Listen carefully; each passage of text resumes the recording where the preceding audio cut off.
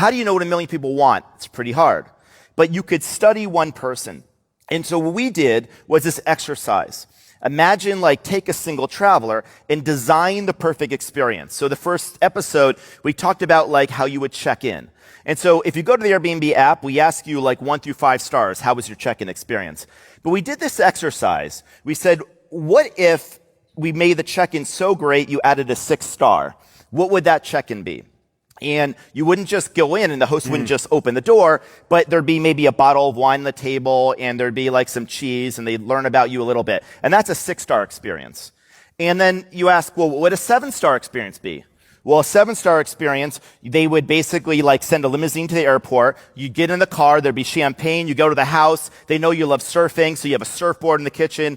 And well, I don't know why it's in the kitchen, but you get the idea. We're kind of freestyling right now.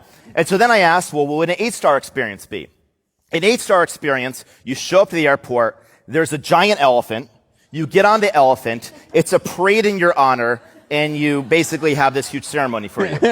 So what's a 9-star experience? A 9-star experience is the Beatles check-in.